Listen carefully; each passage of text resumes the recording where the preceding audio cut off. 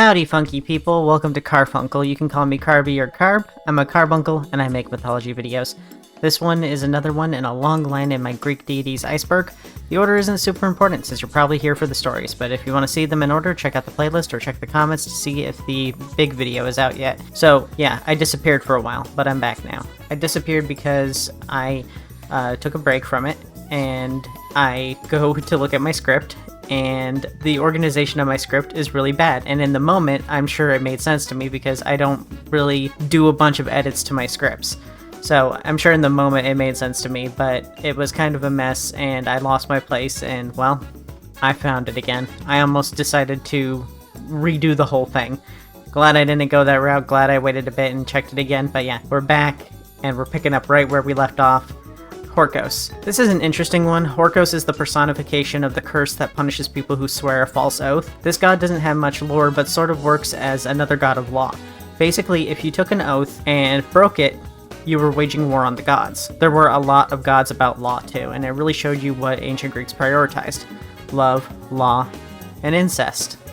Kidding. I mean, insects, like Arachne. Look at how cute she is. She's not really an insect either. That joke doesn't really work. Panacea, the goddess of the universal remedy. She's the daughter of Asclepius, and some sources say wife. Wow, Greek myth, let me make a joke about incest without immediately proving me right. Anyway, universal remedy refers to a potion she brought with her everywhere which had the ability to cure all ailments.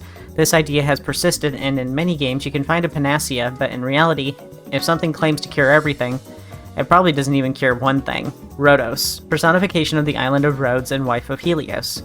So, she was an island, and was dating the sun. Huckham had a long-distance relationship, and we have a myth. It's been a really long time since we've had, like, a good myth, so,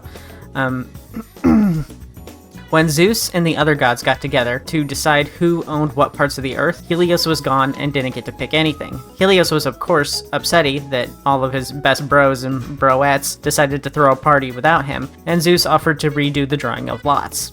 Helios turned down the offer and told Zeus, one thing though, I saw an island rising from the sea. Can I have it? Zeus was kind of surprised that he asked for so little, and he granted him the island of Rhodes. After Rhodos rose out of the ocean, Helios boned her and they had 7 sons. If Zeus knew Helios was going to sleep with a patch of dirt, do you think he would have given Helios the island? I'd say yes, because Zeus has definitely done weirder. But I don't think he would, because Zeus would want to bang the island himself. We're getting into one that I don't know how to pronounce. It starts with a P and a T, so Tokia, we're just gonna pronounce it like pterodactyl, where we don't say the P. Tokia.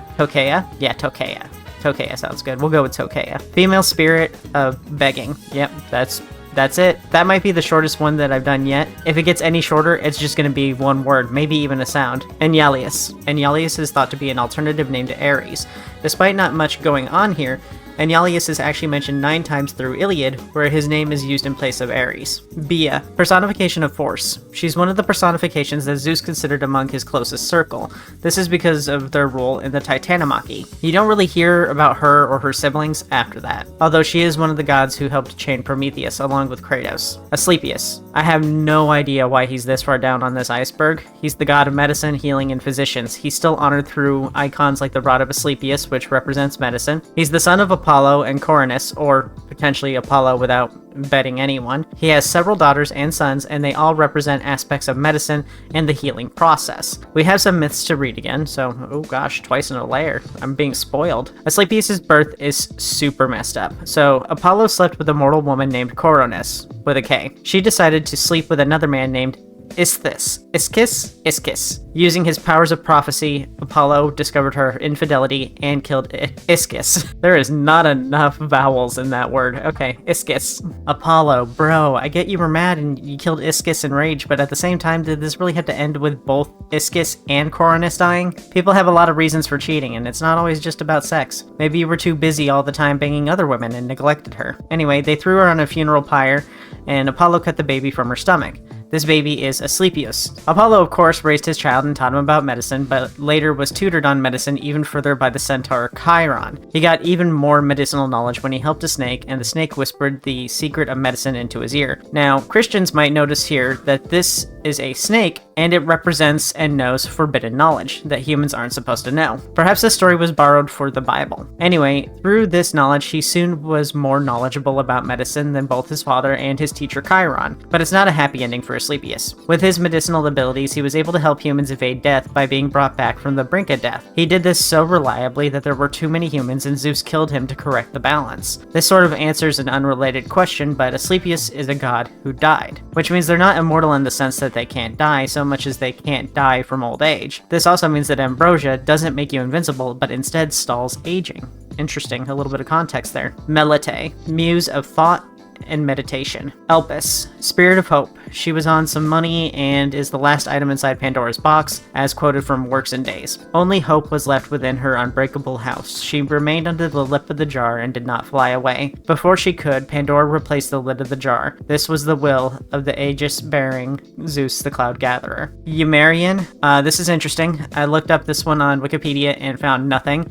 This one doesn't even exist on Wikipedia at all, so I clicked the link to them in the Iceberg and it led to Wiktionary. Wiktionary is a part of Wikipedia, and this one is one of the sons of Asclepius. I checked Asclepius' page and there isn't any mention of him. None of Asclepius' sons are named here at all. There are lots of pages of pronunciation, definitions, and translations, but not much is known about him other than he's the word for recovery and is worshipped in Titane. We're getting into the deep stuff now though. Eurus.